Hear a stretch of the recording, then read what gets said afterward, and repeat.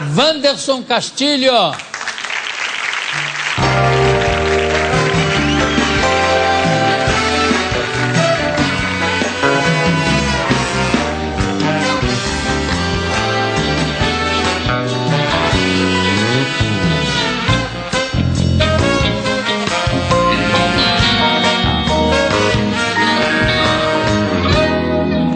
Livro Manual do Detetive Virtual. Há quanto tempo você se dedica a essa profissão? Há 10 anos, desde 1999.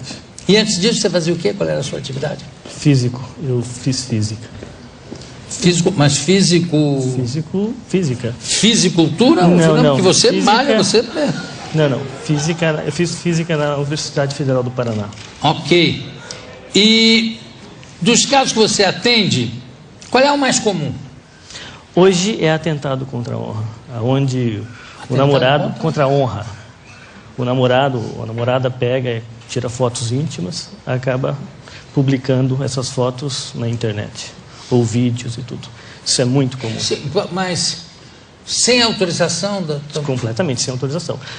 Veja, na hora do momento íntimo, eles estão conscientes que estão sendo filmados ou fotografados. Mas depois... Não, normalmente sim. Normalmente, porque ele também pode preparar uma situação em que ela não saiba que está sendo... Pode acontecer, mas os casos mais comuns, onde os dois sabem que estão sendo fotografados e filmados, e depois acontece uma ruptura no relacionamento e eles acabam colocando essas imagens na internet como forma de vingança ou querendo se mostrar que conseguiu, alguma coisa assim.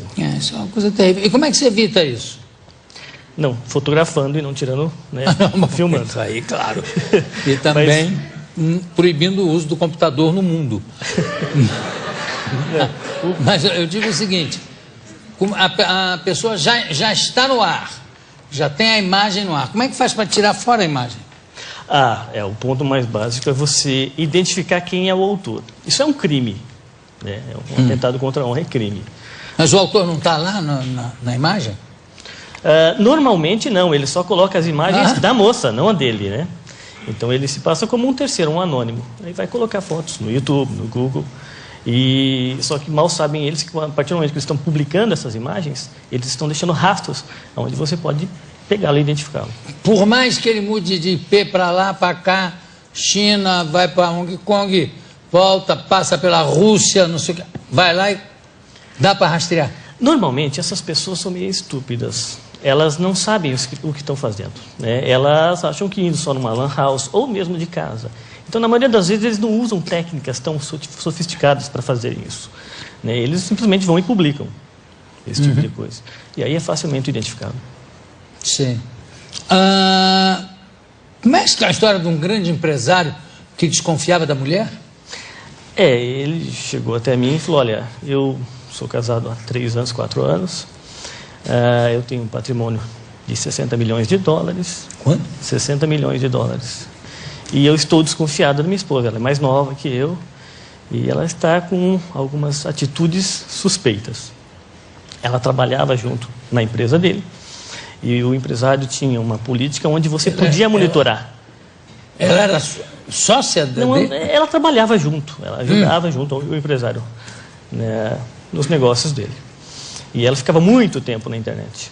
Aí eu instalei um determinado software, monitorei todas as ações dela e ela mantinha relações com 8 pessoas diferentes, 8 rapazes. Ao mesmo tempo? Ao mesmo tempo. E eles não sabiam um do outro. Mas que tipo de relações? Relações virtuais? Não, tinham relações sexuais, físicas. Ela marcava encontros. Tanto é que quando eu mostrei algum dos e-mails... Com 8 ao mesmo tempo? Com 8. E ele olhou... E ganhou do casamento, ganhou disparado. E aí? Eu mostrei alguns e-mails e ela falava, olha, ontem foi maravilhoso. Ou ele falava isso e realmente ela tinha saído nesse horário. Comprovava que ela tinha tido relação fisicamente. Com 8? Com 8. Com os 8? Não ao mesmo tempo. Em momentos diferentes. Eu já estava aqui dizendo que messa. Durante o tempo, a semana, por exemplo, ela saía com os 8, por exemplo. Com 8? Com 8. Quer dizer, não descansava nem no domingo. Nem. E aí, como é que terminou essa história? Eu fiz um laudo pericial, onde entreguei a ele e ao advogado, comprovando isso. O advogado fez uma separação, foi mostrado ao juiz, o juiz viu como promiscuidade, ela perdeu a guarda, das crianças, que tinha uma criança de 2 anos e uma outra de 3,5. O juiz viu como promiscuidade, mesmo coisa, foi, né? E aí o processo rolou, daí continuou. Houve a separação de corpos. E ela, ela disse alguma coisa em defesa dela? Não tinha, né? Ela tinha até criado um perfil no Orkut, eu odeio minha sogra também. Então não tinha mais o que falar, estava tudo comprovado. Pois ela realmente confirmou. Não, comprovado tudo bem. Mas ela não podia dizer, olha, porque ele é gay. Ela não usou nenhum contra-argumento. Não, ela gostava, né? Isso aqui devia dizer logo a verdade. É que eu gosto. Pronto. Quais são as iscas mais comuns dos criminosos? Quais são as? Iscas. As iscas mais comuns.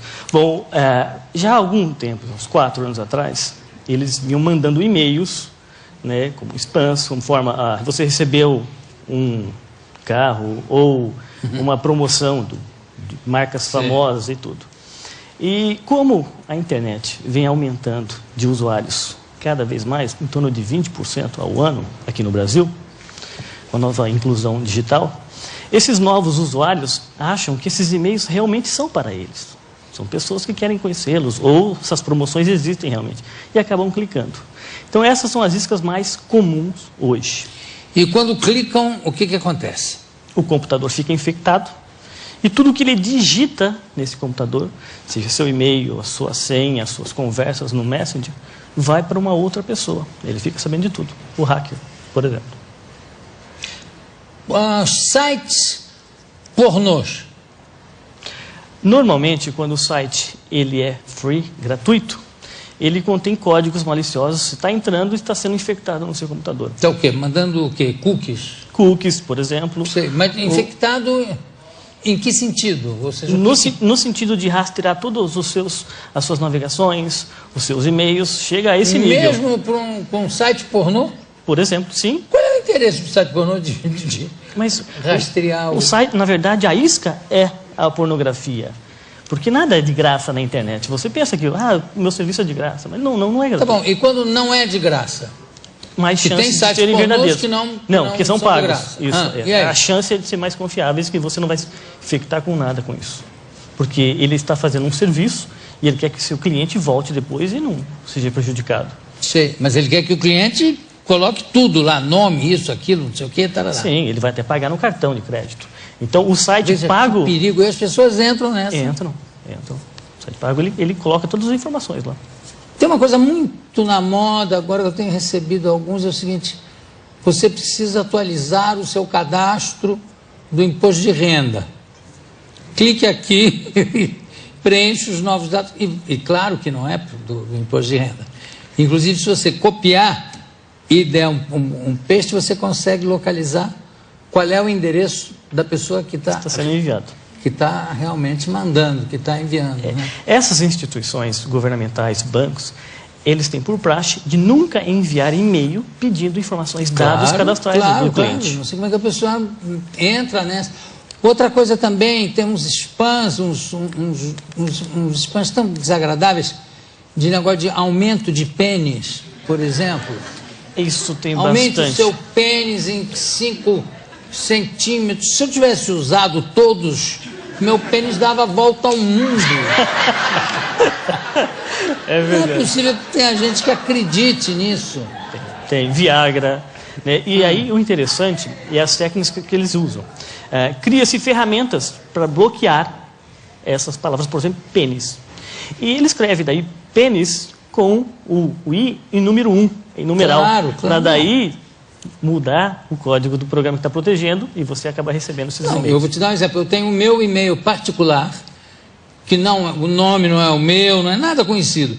Mesmo assim, a minha caixa de junk mail fica, quarentena, fica cheíssima.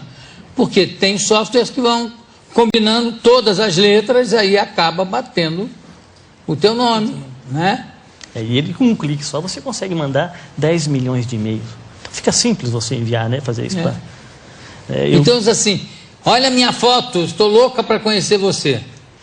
É óbvio que é cilada, né? Não tem nem foto ali, nenhuma, né? Vai ser um arquivo .exe, executável mesmo. Exatamente. Quando você faz 2 cliques nesse arquivo, você está dando autorização de instalar esse programa.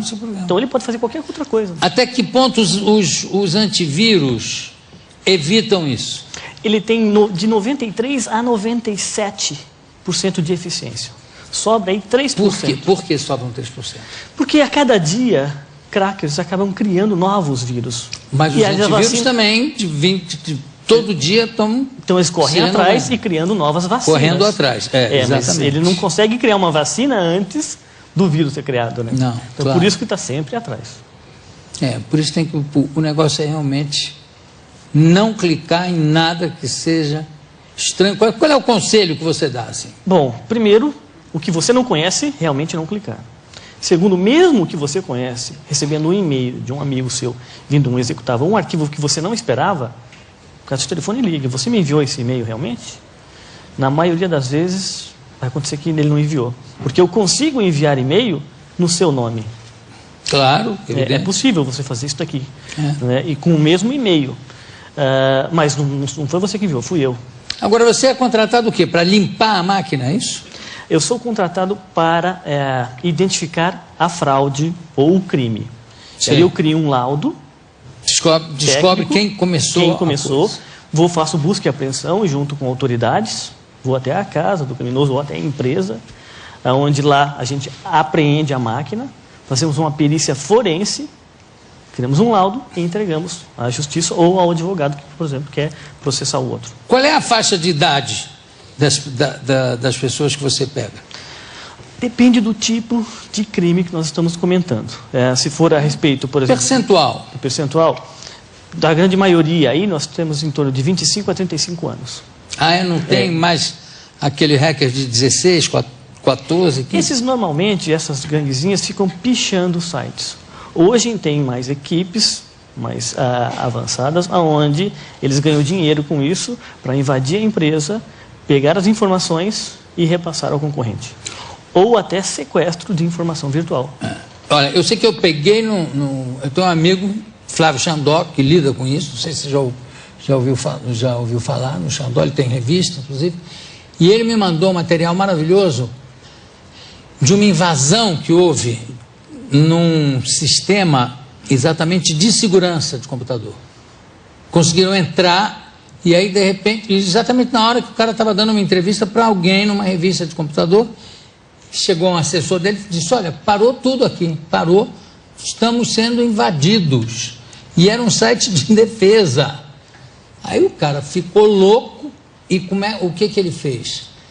Ele conseguiu descobrir quem era que não dava para impedir que o cara invadisse, mas ele descobriu quem era que invadia, e ele colocou um vírus dele dentro.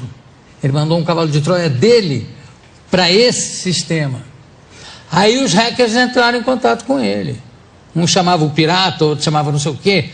Aí disseram: não, mas o que você fez? Assim você derrubou? Eu disse: não, combinar uma coisa, você não me derruba, que eu não derrubo você.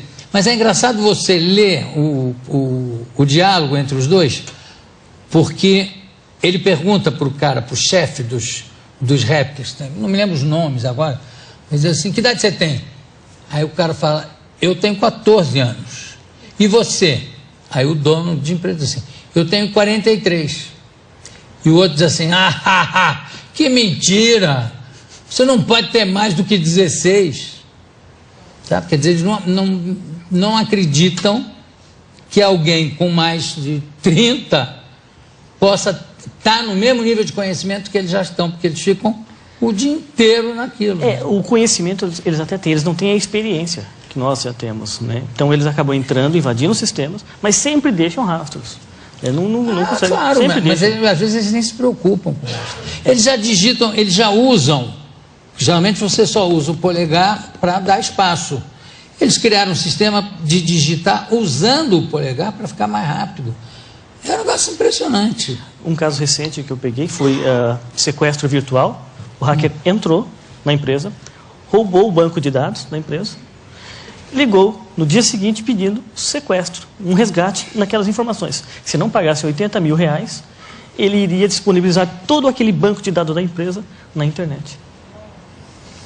E aí, isso eu já tenho 27 casos já acontecendo com isso. Nesse caso a gente já pegou, a gente está para fazer agora a busca e apreensão já essa semana na casa da pessoa.